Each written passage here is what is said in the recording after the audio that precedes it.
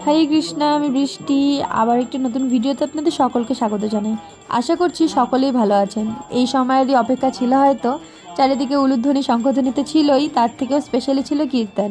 যেহেতু আমাদের বৈদিক মতে বিয়ে হচ্ছিল, তাই কীর্তন হওয়া তো ম্যান্ডেটরি। তাছাড়াও আমার বর কীর্তন করতে খুবই ভালোবাসে, তাই তার বন্ধুদের বলা হয়েছিল আমাদের বিয়েতে যেন স্পেশালি শুরু থেকে শেষ পর্যন্ত কীর্তন হয়। তো কীর্তন হচ্ছিল, এই সামনে ভগবানকে রেখে নতুন জীবনের শুরু হচ্ছিল। এর থেকে শুভ আর কী হতে পারে। এই সেই আবেগের মুহূর্ত, সিঁদুর দান।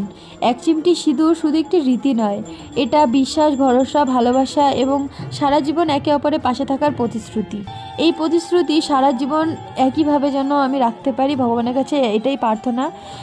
একটি মেয়ের কপালে যখন সিঁদুর উঠে যায়, সেই মেয়েটির মনের মধ্যে চোখে জল, মুখে হাসি আর মনের মধ্যে হাজারটা অনুভূতি কাজ করে।